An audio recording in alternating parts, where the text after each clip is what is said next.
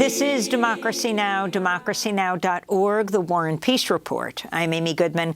As we continue our Juneteenth special broadcast, we turn now to Nikole Hannah-Jones, the Pulitzer Prize-winning New York Times journalist who created the 1619 Project. In March, Nikole Hannah-Jones addressed the United Nations General Assembly as the UN marked the International Day of Remembrance of the victims of slavery and the Transatlantic Slave Trade. Good morning. It is my deepest honor to speak before you today on this day of international remembrance of the victims of the Transatlantic Slave Trade. I have dedicated my life's work to excavating the modern legacy of transatlantic slavery, and so my thoughts are never far from what has become the defining subject of my journalism, and what I believe continues to be the defining undercurrent of life in the Americas, the legacy of slavery. I stand before you, the great-great-grandchild of enslaved men and women born here in the United States of America, part of the millions who lived and died under the brutal, immoral, and inhumane system of chattel slavery that existed for the first 250 years of the land that would come to think of itself as the freest nation in the history of the world. We gather here to mark the global trade that took some 15 million beloved human beings across the Atlantic in the hulls of barbaric ships, the largest forced migration in the history of the world, one that would reshape the entire Atlantic world and transform the global economy. We must never forget the scale and the depth of the horrors that people of African descent suffered in the name of profit that enriched the European colonial powers and built the nascent economy of the United States. We must never forget how the systems of slavery collapsed only to be reborn in other models of violent and racist economic exploitation, such as what we benignly call Jim Crow in the United States, but what is more aptly called apartheid. But on this solemn day of remembrance, the looking back cannot be and should not be solely defined by African-descended people's enslavement. Just as defining, just as important to remembering the legacy of the transatlantic slavery are the stories of Black resistance that would, more than any other force, lead to slavery's collapse in our hemisphere. No people voluntarily submit to their enslavement, and by obscuring the role of Black resistance in our collective rememberings of the transatlantic slave trade, we continue to do the work of those who sought to justify slavery by stripping us of our collective humanity. People of African descent resisted their enslavement from the moment of their capture. They resisted on the long walk from the interior of Africa to the coast. They resisted in the castles before being dragged out to the waiting ships. They resisted so frequently on the water that slave ships had to be specially designed to try to prevent mutiny. The ocean became the final resting place of thousands of Africans who resisted by choosing a final swim with the ancestors over enslavement in a strange land.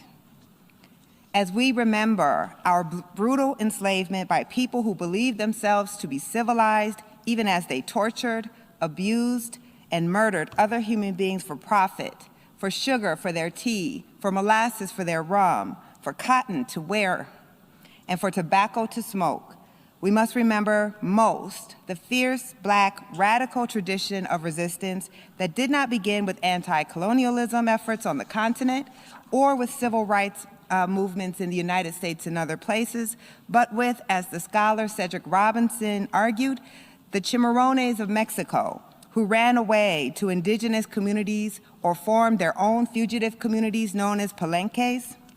We must remember Yanga, who led a community of fugitive Africans and fought the Spaniards so fiercely that they won their status as a free Black settlement. We must remember Brazil's quilombolas, including Palmares, a fugitive Black community that would endure for 90 years in the Portuguese colony that would import more Africans into slavery than anywhere else in the Atlantic world. We must remember the Maroons of British and French Guyana, Cuba, and the United States, and the Bush Negroes of Suriname, who fought against their oppressors for 5 decades as they were attempting to re-enslave them. We must remember the revolts of enslaved people in Jamaica in 1690, in New York City in 1712, Queen Nanny in 1720, the Stono Rebellion in 1739, and Tacky's Rebellion in 1760.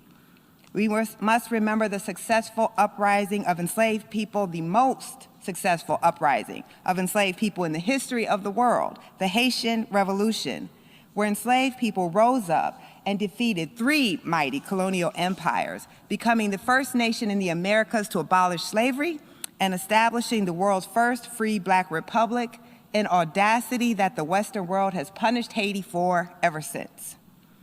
We must remember revolts in Barbados in 1816, the Baptist War in Jamaica in 1831, and Nat Turner's rebellion that same year in the United States, as Black people attempted to make manifest the words of Patrick Henry, the famed American revolutionary who proclaimed, "Give me liberty or give me death," even as he enslaved African human beings for profit. We must remember freedom fighters such as Harriet Tubman and Frederick Douglass and Gabriel Prosser.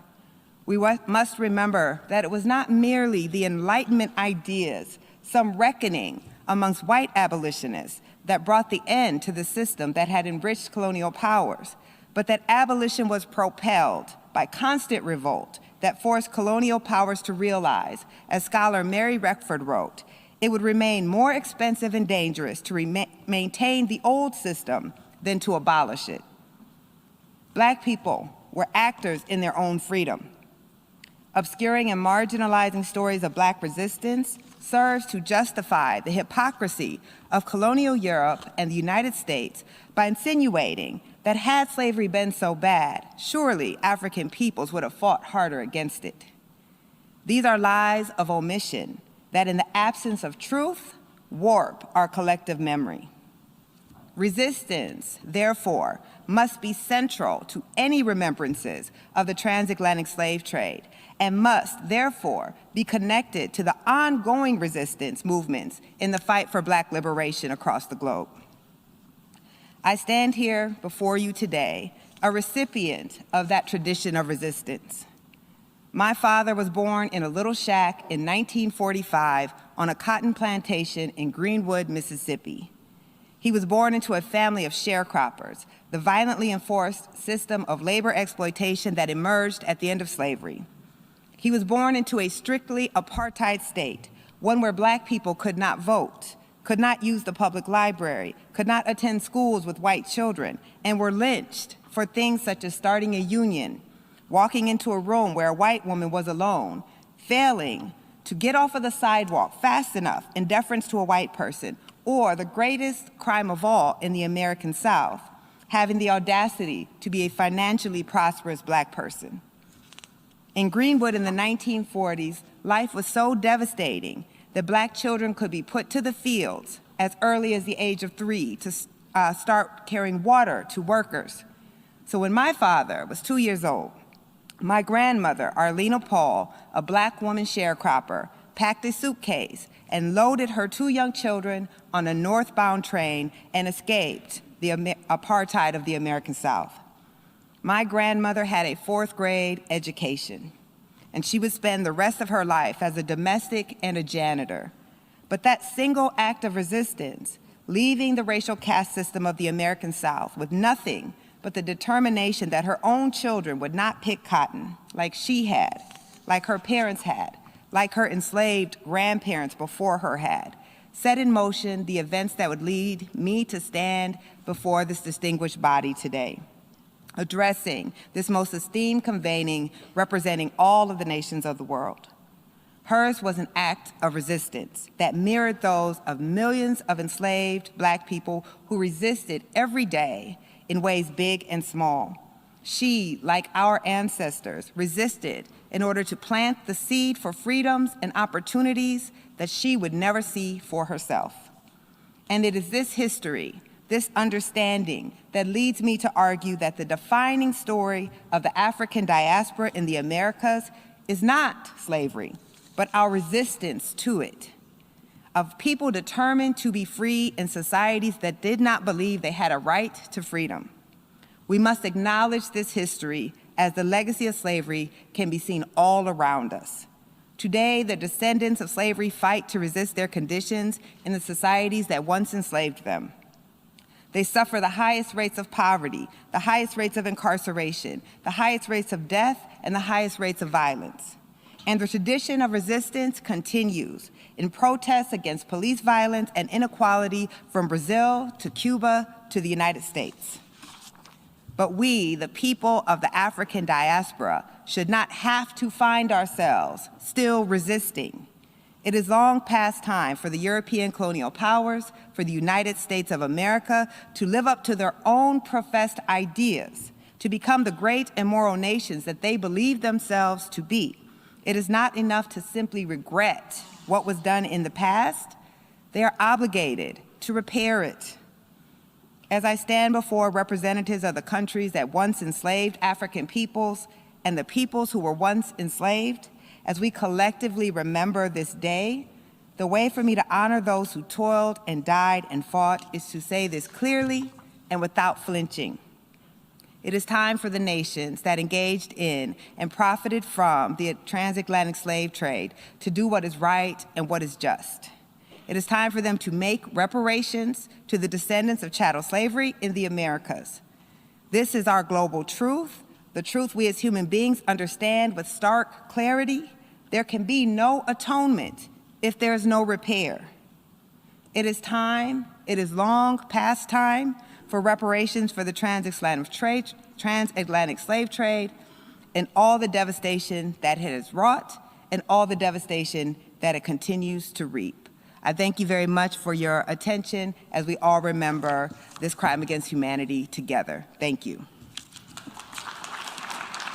Nikole Hannah-Jones, the Pulitzer Prize-winning New York Times journalist who created the 1619 Project.